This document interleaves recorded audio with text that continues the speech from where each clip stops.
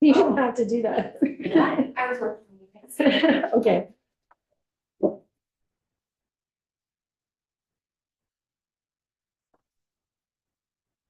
Oh, good afternoon. This is the House Ways and Means Committee on April 1st, 2025, and Representative Brannigan has a question before we start. Vice Chair, I just want to introduce to the committee these three guests we have, these ladies sitting along the wall, three teenage girls are here visiting from Bellows Free Academy in Fairfax. Oh, So it's a high school in my legislative district. And they're here learning more about the legislature and the law and the process of creating law. is that the home of the Bullets? See? Oh, You're welcome. so Julia, if you take your seat.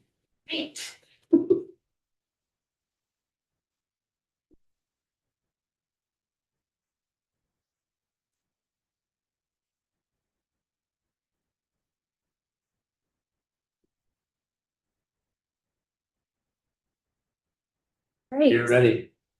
thank you. Hi, everyone. I'm Julia Richter, Joint Fiscal Office. I believe that there's 3 presentations or slide decks on the committee page under my name. These are, all 3 slide decks are follow-up to the committee's requests on Friday in terms of things and modeling that folks needed to understand or see some numbers associated with. So, Vice Chair Canfield, would you like me to go ahead and get started with the overview of excess spending? Yes, please. Okay. So I'm just going to go ahead and share my screen.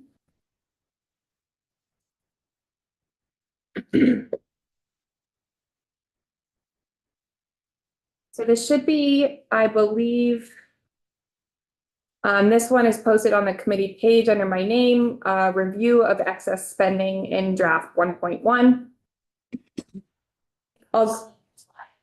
Okay, let me just go ahead and share my screen. I'm very bad at multitasking.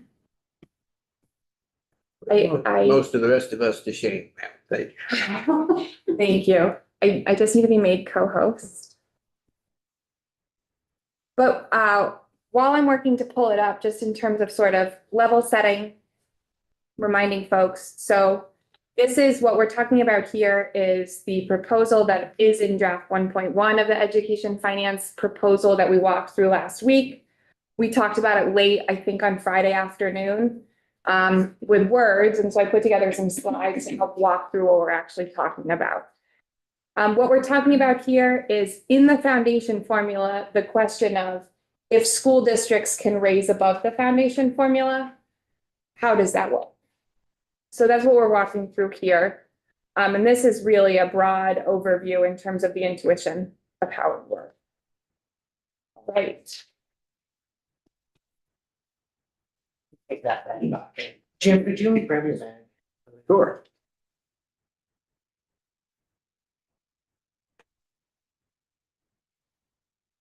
So a reminder, nonpartisan legislative office, unbiased fiscal analysis. I'm not here providing any policy recommendations. So what are we talking about? We're talking about an overview of the structure of the excess spending that's included in the draft 1.1. I'm going to walk through a broad example of how the excess spending yield would be calculated, and then an example of the mechanics of districts spending above the foundation formula. Everything in here are example numbers. So unless otherwise mentioned. So what are we talking about here? So draft 1.1, it creates a system where all school districts can raise the same amount above the foundation formula at the same tax rate, regardless of their property tax wealth, right? So if school districts decide to spend the same amount over the foundation formula per pupil, they have the same tax rate associated with that per pupil spending. And essentially that corresponds with the amount that could be raised on 80% of the grand list of the school district that has the lowest taxing capacity. Sorry. Sorry, just a clarification. And one of the things I'm grappling with is that we're trying to do the foundation formula, but we're also trying to deal with different proposals around district structures. And I just need to understand. This relates to the size of the district as well, because if we have very small districts still, the taxing capacity could vary more widely than if we had fewer districts. So if we're talking about the Senate plan versus the House plan, it might be a very different scenario. Yes. Yes, it will depend on the districts. And this is a little bit, perhaps this language is a little bit too simplified. I do have a definition in a couple slides of what the school district with the lowest taxing capacity means, but essentially it's the total grand list divided by the long-term ADM. So it is adjusting for the pupil count of the school district. But for example, if we go to 14 districts or whatever districts of 4,000 kids, we would have a very different district with the lowest taxing capacity than if we do the Senate plan, which is scooping current districts. Absolutely. Oh. Yes. And I think an important point to keep in the back of our minds is that I've chosen a few examples here to show you how the calculations would work, but I haven't based it off of specific districts in this example because there are not district boundaries that have been determined.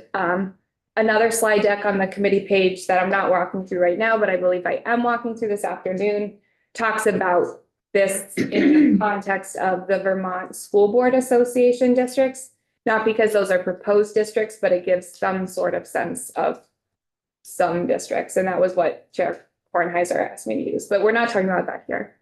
Representative Feltes. And can you just clarify? All school districts can raise the same amount above the foundation formula, the same tax rate. You mean $30,000 as an example? So that's also an excellent question that I will be talking about in either this slide deck or the other question or the other slide deck. It's a question of how do you calculate the amount above the foundation formula?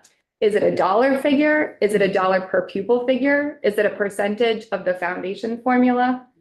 And those all have serious policy implications, right? If it's a percentage above the foundation formula amount, like what is currently included in draft 1.1 of the proposal, that's in the background incorporating pupil weights, right? Because the EOP is the foundation payment, the educational opportunity payment is based off of school district's weighted pupil count.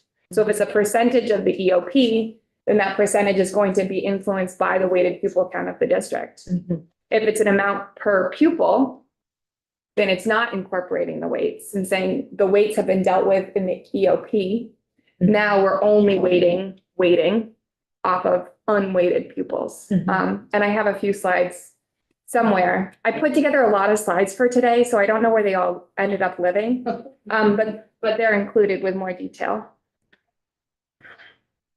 But currently in the current draft that you're considering, it's a percentage above the educational opportunity payment. So Okay. and I think that I'm gonna just stop sharing my screen so I don't make you all nauseous as I scroll. So it's in another slide deck. Do you want me to go to the other slide deck and talk through that? Or do you want me to continue this and then go into that next? What would be helpful? I'd like you to continue. Okay.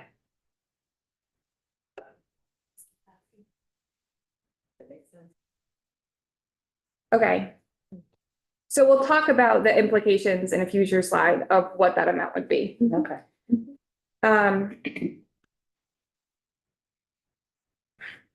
So you'll recall when you're looking at the language, there's something called an excess spending yield. And what we're really getting at right now is we're talking about the mechanics of how the tax rate is determined for spending above the foundation formula. And so that's what we're walking through here. So the excess spending yield, I just want to say up front, this would be calculated annually by the Department of Taxes in the December 1st letter. So we're walking through the math here for all of you to understand the math that we're talking about, but not because this is something that districts would need to calculate for themselves. This would be a number provided by the state, just like the yield is currently a number provided by the state. So here's how we would do it. Here's how we would calculate this yield. First, we would look at each district's grand list per pupil. And essentially what this is the district's total equalized grand list. So this is the grand list if all property was at 100% of fair market value, divided by its total pupil count, its long-term average daily membership. So in this example, I chose really round numbers for simplicity. And I made up 3 districts, District A, B, and C. So District A has a total equalized grand list of 100 million. It's got 100 pupils, so it has a grand list per pupil of 1 million. District B has double the size grand list of District A, same number of pupils, so it has double the grand list. Bless you. District C has the same grand list as District A, but it has half the pupils, so it has double the grand list per pupil. Again, example districts. So then we need to determine which school district has the lowest taxing capacity. And this is defined in the language. And it says the school district anticipated to have the lowest aggregate equalized education property tax grand list of its municipal members per long-term membership. So essentially, the school district with the lowest grand list per pupil, right? And in this example, that's District A, because it has a grand list per pupil of 1 million and the others have of 2 million. So District A would be the district with the lowest taxing capacity. So essentially, we're going to be benchmarking the other districts against this District A. So then we calculate the excess spending yield. And what the excess spending yield is it's the amount of property tax revenue per long-term ADM that could be raised in District A, the district with the lowest taxing capacity, at an 80-cent rate for $100 of property value. So what we do is we take that total equalized grand list value, we saw that was 100 million, and we apply a tax rate of 80 cents, because that's what the language is telling us to do. We know that that 80-cent tax rate is per $100 of property value, so that gives us total revenue raise of 800,000. So that's the total revenue that's going to be raised in District A at an 80-cent tax rate. However, we need to factor in how many pupils are in that district. So then we need to divide that total revenue raised by the pupils to get the property tax revenue per pupil, $8,000. So in this example, District A could raise 8,000 under the definition that exists in the language. So the excess spending yield would be 8,000.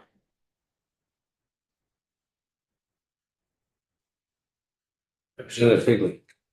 Where's that extra 10% in this? So you said even the lowest towns would also pay a certain percentage to go into that other fund, right? Mhm. Is that in that 80 cents? or- Yes. Okay. Yeah, so it's a sort of a background map way of benchmarking the grand list value at 80%, 80 cents, instead of 100%, in which case this would be $1. So if you wanted there to be no penalty for the lowest taxing capacity district, and for them to maintain all revenue that they raise in that lowest taxing capacity district were to put $0 into that reserve, then this would need to change to $1. Mhm. If you said, we want to benchmark at 60%, not 80%, then this would be 60 cents. Okay, thanks. Yep. So that's how we calculate the excess spending yield. That's all it is. And I think it's important to keep in mind that while this is a yield, it's a little bit different than the current yield that we've been talking about over the setting of the yield bill, right? Simple calculation. Representative Maslin. Yeah, thank you. This all makes sense. Following up, I think on Mark's Representative Stevens' question. The 80% is something that's been chosen to work this through. Some legislature might say, what if it's 85%, something like that, and the calculation come out differently. But this is an architecture, it's just got to try, and other things too. So I'm just following what I think I know anticipating questions that might come out some other day somewhere. But it all makes good sense. Thank you. Yes, the 80% absolutely is a policy choice. Right. Simple wording for more complex explanation. Yes, that correct.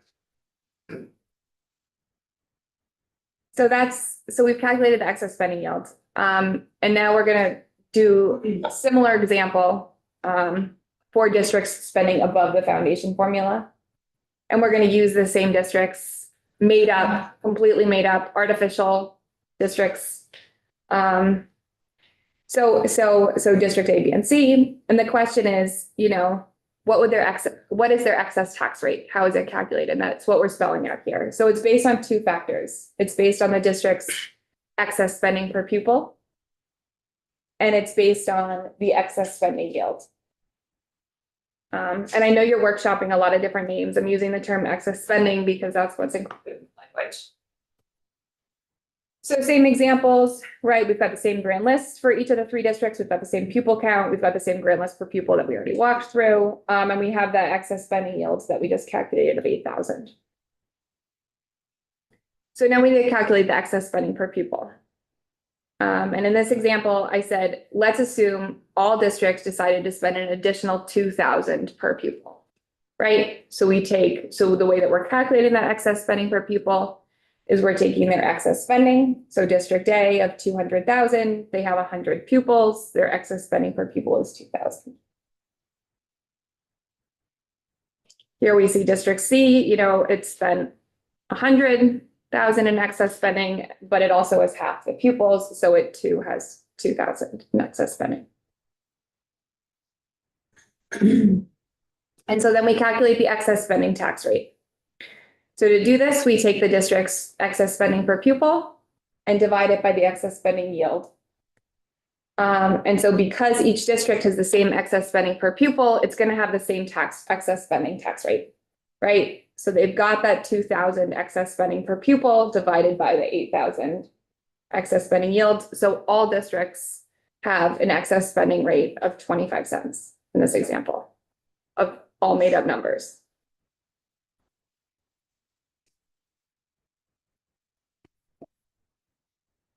Representative Feltus, sorry. I'm lost. All right, on this slide, are we saying each of these districts? You're saying District A wants to spend $200,000 extra? Correct. And B and C, B wants to spend 200 and C wants to spend 100. Correct. So that's the total figure they want to spend extra. Okay. But District C has fewer pupils than districts A and B. So we have to equalize it. Right? So that's how we get to that excess spending per pupil. So we take District A wants to spend an extra 200,000. It has 100 students, so 200,000 divided by 100 gets us a per pupil excess spending in District A of 2,000. Okay. Same with District B. District C wants to spend an extra 100,000, but they have only 50 pupils. So 100,000 divided by 50 gets us to 2,000. So are we imagining that a desire to spend excess would be based on a per pupil or just a flat amount? My community needs $100,000 more. And it's not necessarily per pupil because the type of expense I have is just $100,000. But would you start with the per pupil amount or? No, you would. It does not matter, does it? It doesn't matter at the district decision level, right? So if so say District A says, you know, we want to do whatever, you know, buy a big trampoline. That's 200,000. It's not covered in the foundation formula. Mm-hmm. They say voters approve 200,000 for this big trampoline. Voters say yes, although I don't actually know if that is fully in the language right now or what the stipulations are, but that's the gist of it, Mm-hmm. right? District A has an approved 200,000 extra. But we can't really compare 200,000 extra in one district that has double the number of kids in it than 200,000 in a district that has half that number of kids. So this is a way of saying, yeah, we have some districts that are bigger, some districts that are smaller. But to get an apples to apples comparison of districts, we're gonna look how many dollars per student extra are you spending? Even if it is not actually dollars, we're not giving each kid a little square trampoline. We're gonna divide the cost of the trampoline by the number of kids in the district to get a per pupil cost.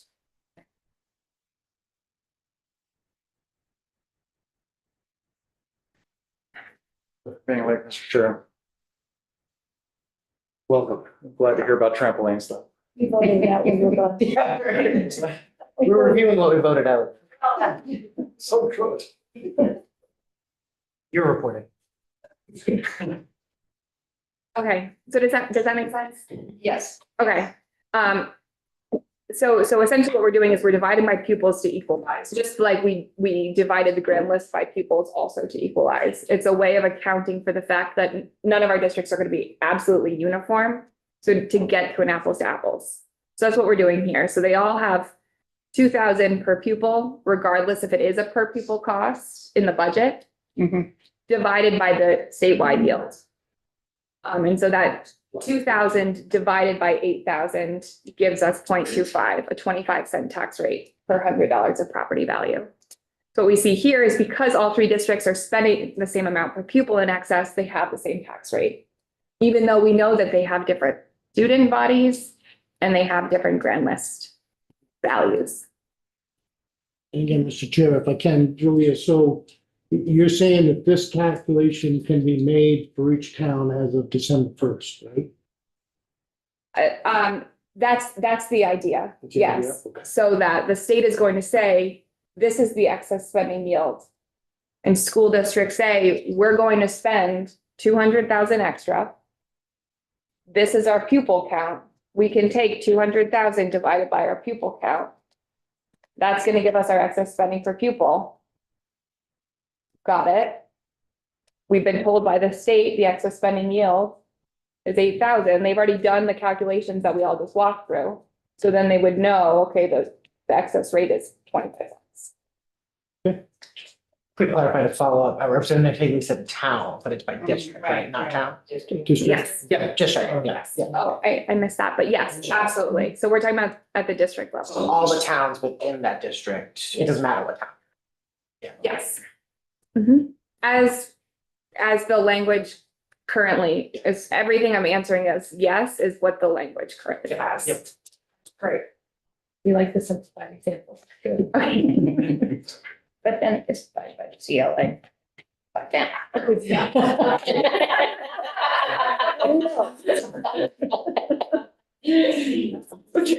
Smart. So simple. These numbers are so clean. So 25-cent rate, and then. So then we say, okay, how much, so each one of these school districts, they have a 25 cents per $100 of property value rate. So we know how much is going to be raised from that excess rate, right? And we do that by taking the grand list, we divide it by 100 because it's per $100 of property value, and we multiply it by the rate. So what we see here is District A and C are going to raise the same amount. They're both going to raise 250,000 on their grand list. District B is going to raise 500,000 on its grand list. Right, because District A and C have the same grand list value, that makes sense. So this is the last step. We need to determine the amount that stays in the reserve. So we've raised this money on the excess spending rate across these three districts. We know that each district decided to spend an additional 2,000 per pupil. But because of the equalization across districts, right? Some districts have a higher grand list per pupil value than others. Some districts then have a higher penalty. Districts that raised more than their total excess spending, that extra that they're raising is going to stay in the reserve. So what we looked at here is we see, okay, District A, B, and C. District A, this was our lowest taxing capacity district, right? It raised 250,000 from the excess spending rate. It approved 200,000 in excess spending. So the 50,000 So it would keep, or it would send the full 250 up to the 1,000 up to the state, and the state would send back what they had voted and approved, the 200,000 of excess spending. The state would hold on to the 50,000 that was raised in extra, but was not approved excess spending. District B, same thing, but it raised more on the excess spending rate of 25 cents. So it'd send up the 500,000 to the state. The state would send back to District B their approved excess spending of 200,000, and the state would hold on to that difference, the 300,000 that the District B had raised above their excess spending. And the logic holds true for C. I don't know if you wanted to. Yeah, everything. Feeling good? What's that? Feeling good about that? Yeah. Representative Maslin, thank you. And could I, you two that face her at an angle, the rest of us don't hear you as well. You could speak Okay. up. Okay, so why would a school raise excess money they don't get to keep, that goes in the reserve? What's their motivation? So Not enough? Thank you. So why would a school district raise excess money that they don't get to keep? Yeah. Well, the way that the structure is set up is this is an equalization, right? It's an equalization of creating a structure in which a school district that spends the same amount in excess has the same tax rate regardless of their grand list property wealth, right? That's under current law. If a district's per pupil spending is the same, they have the same tax rate regardless of how much they're raising on their local grand list, because it's a shared statewide education fund. The state holding on to additional dollars in an excess reserve. Yeah. That's a policy choice, right? The amount that's held on to in the excess reserve is a function of two things. One, that 80% or that 80 cents that we spoke about earlier on, that's playing into the yield. And two, the grand list wealth of a district. So it's a policy choice of should school districts, one school district that has very low property wealth per student, should they need to have a much higher tax rate to raise the same amount of funds than a school district with a lot of property wealth per pupil? Current law says no, they should have the same tax rate. But we're not talking about current law, so. This also is an exercise to keep us Brigham compliant. Is that correct? I won't speak to Sorry. Brigham. I know that John's in the room and I will always phone a friend. I will also say that my understanding is that the foundation formula is intended to be adequate and sufficient. And this has been talked about as the gravy, or I think the AOE referred to the term whipped cream, but I see John leaning over, and so I would, Mr. Chair, really love to call on John. John, could you identify yourself? John Gray, Office of Legislative. That's right, at least the motivations for including and equalized rates for the excess spending is to try to make sure you're. So that's certainly the motivation there. Thank you. Representative Maslin. Yeah, maybe to make other people in the room feel comfortable too, I'll need to go through this several times before I myself try to explain it to another friend. Thank you. Representative Brannigan. What happens to that money in the reserve? So as it's currently drafted, it stays in the reserve, I think, for a year, to account for potential miscalculations of grand list or adjustments or miscalculations of the yield, those sort of mathematical errors. And then after a year, it would be waterfalled into the school construction special fund. Ah, that's right. We talked about that, Barney. We talked about a lot on Friday, so. Okay, Okay, good. your turn. Representative Holcomb. My guess is two other impacts of this are that our current formula is very inflationary. This is less inflationary because it's going to discourage above block spending. And the other impact of it is it's going to be to incentivize or reward larger districts, is my guess. Financially, because the smaller you are, the more vulnerable you're gonna be. Under this, you don't have to say anything. I'm thinking about it. You can't. I know you can't. I'm just thinking out loud about what the impacts are. I think, so that was my final slide. I do have another slide deck that I put together.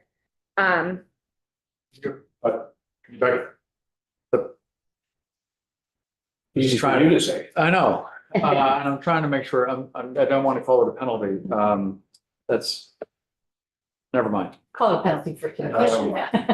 I'm just trying to think of a cap, we're not dealing with a cap in this particular slide. No. So the cap, and I think that's what my other slide deck is about. I'm sorry, I've made so many slides over the weekend.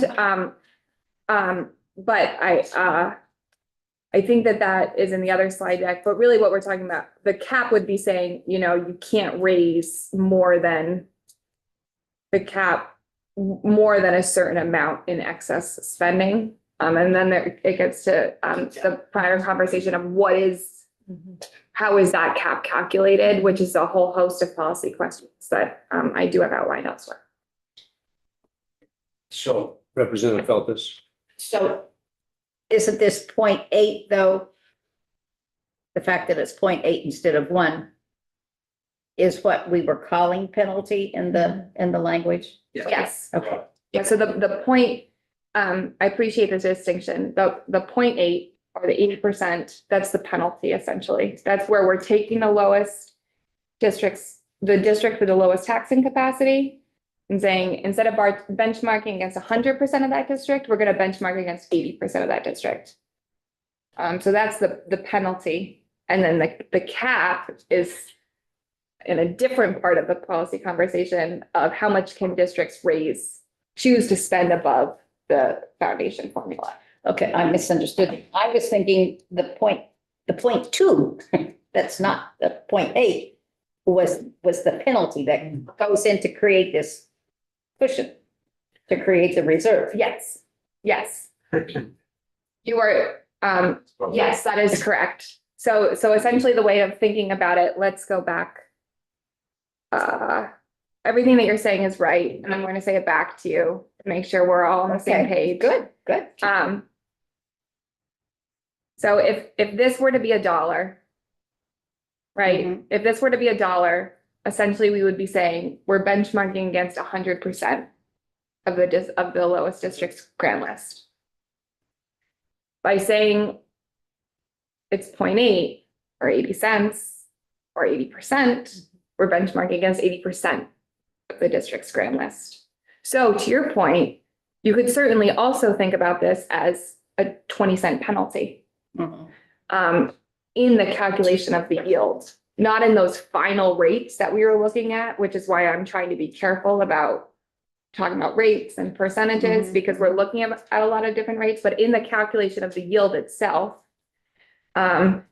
this can be thought of as 100%, where 80% is being leveraged at the district level, 20% is going to reserve, or thinking about it as $1 per $100 of property value versus 80 cents per $100 of property value, and then the 20 cents being subtracted. But in the language, didn't the penalty refer to this extra 20% that goes to the reserve, or do I have my I names mixed can't up? remember, I think John did the language, but it is essentially a penalty.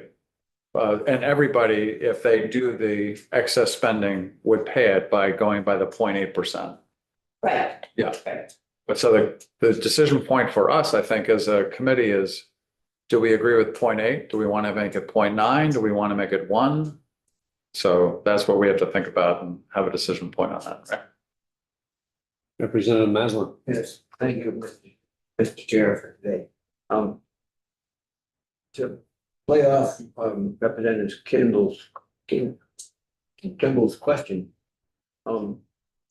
And to say what I said before, I will need several examples to work through to sort of see the effect of one rate versus another rate to see if, as you said, these are policy questions and we need to make a decision to effectuate whatever it is we're trying to do. I don't know yet, but 20 is a good, 80-20 is a good place to start. If I may, Sure. the, I won't speak to, you know, if 80% is the right number. I think that the overarching policy question, the overarching policy question here that we're starting out with when thinking about the 80% or 100% is, should the lowest valued grand list district per pupil be able to maintain 100% of what they raise on their grand list? Or should the state hold on to a piece of it? Right? Because if the policy decision is, yes, every district, even the lowest taxing capacity district, should be paying something into this reserve, then it needs to be less than 100%. So I think that's question number one. And then there's questions after that, but that's sort of the first policy question.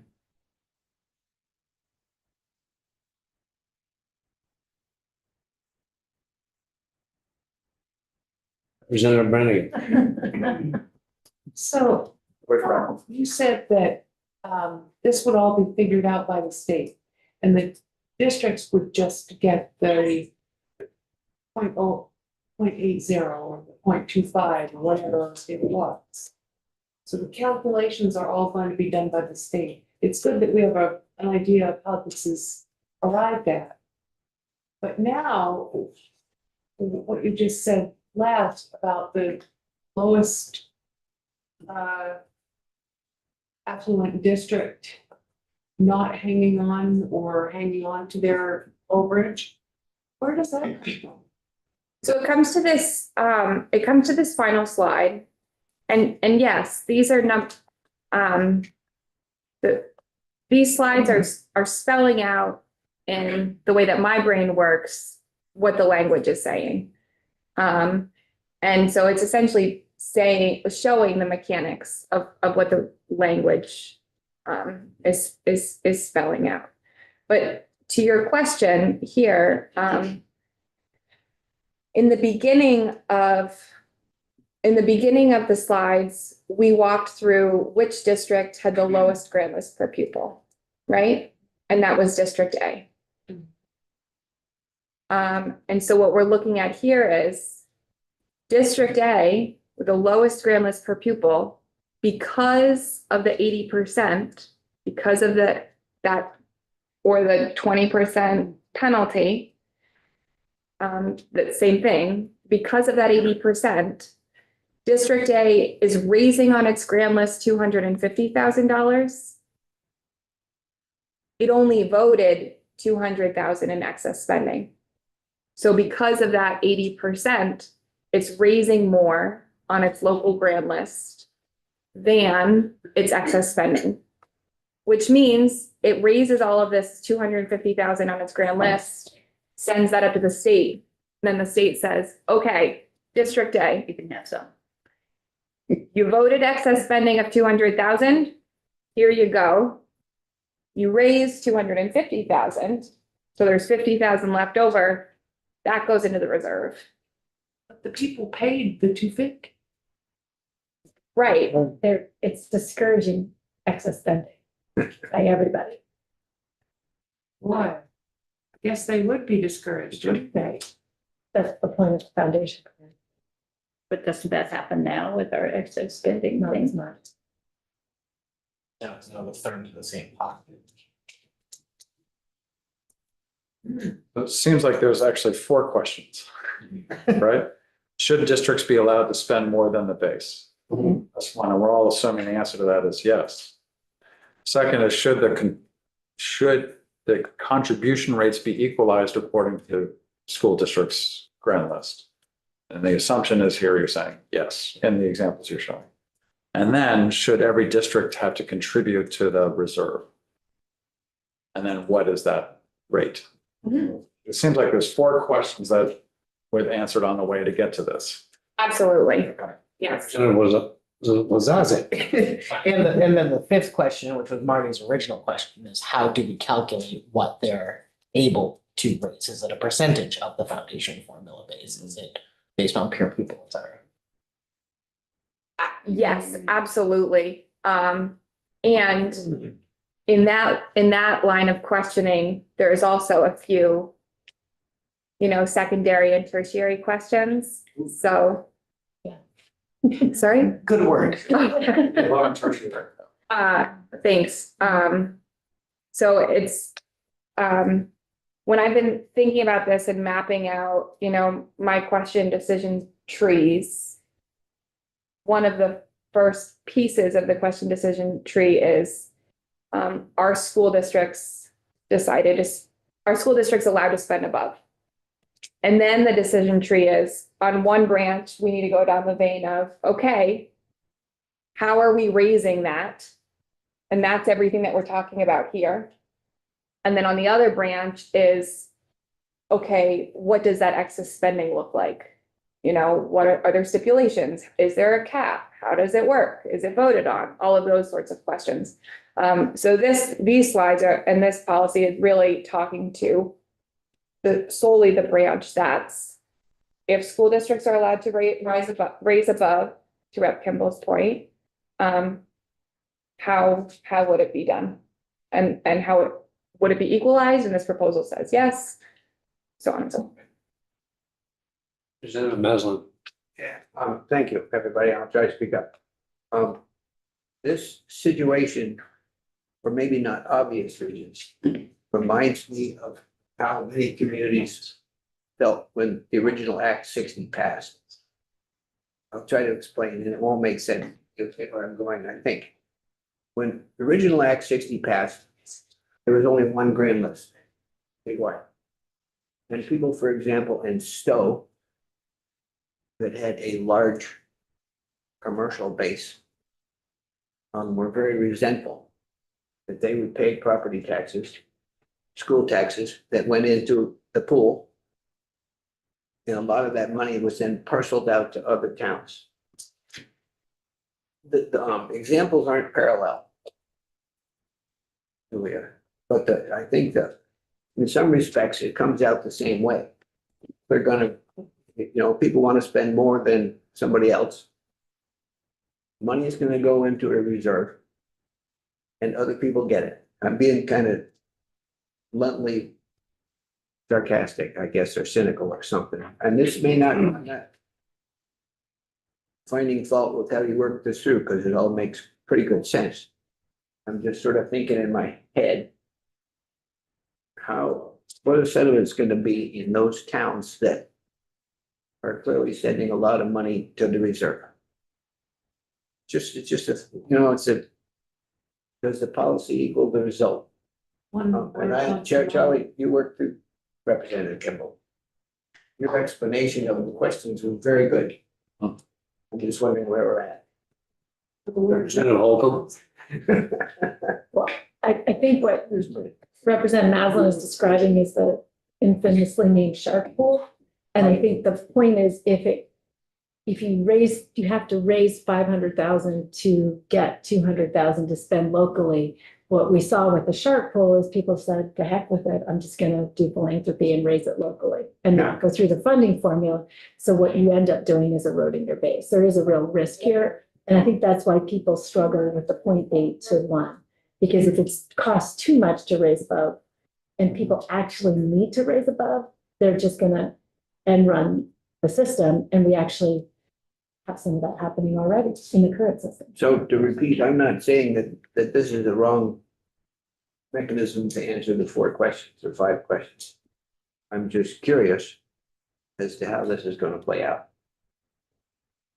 Those are we're gonna have to answer those questions in the next couple of days. We will. Yeah. Representative Higley. Thank you. Julie, can you, for me and maybe the rest of the committee, but let's say we did go to the top for the lowest spending district. how would that transpire for the other districts above? They would still have to pay a higher amount, correct?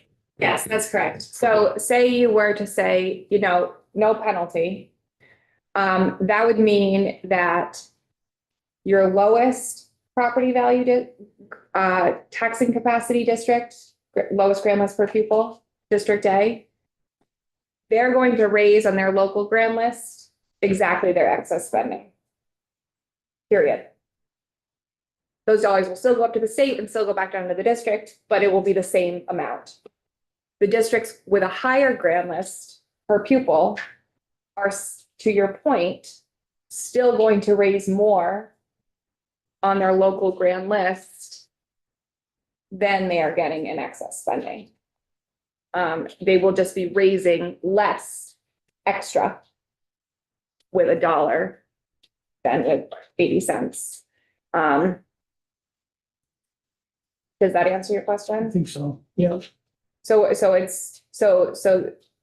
you have to, I would encourage you to think about it in two buckets. One is what is happening in the district with the lowest grand list value per pupil.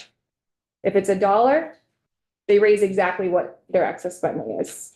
If it's less than $1, they will be kicking in something into the reserve. Then the question is above the districts with the lowest grand list per pupil, they're going to be raising more on their grand list than their excess spending, but the question is how much more? And that's where the lower it is from $1, the more extra they will be raising.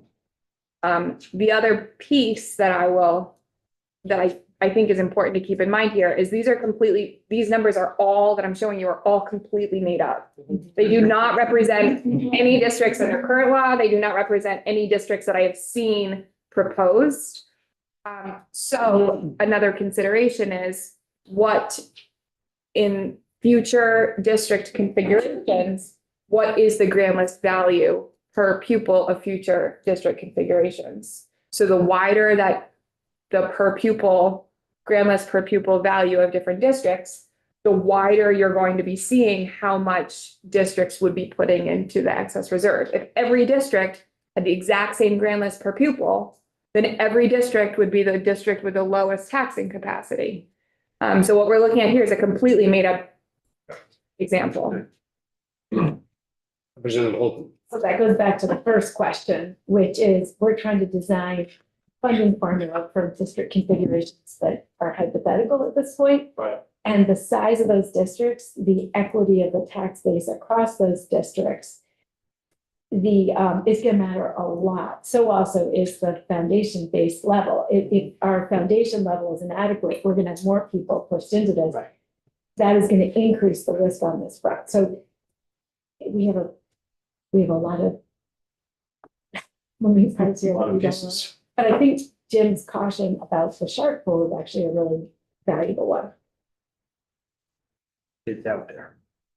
And we saw what happened in the 2 years after that. Representative Burkhart. But it would be blunted somewhat, right, though, if the districts contain a lot of towns.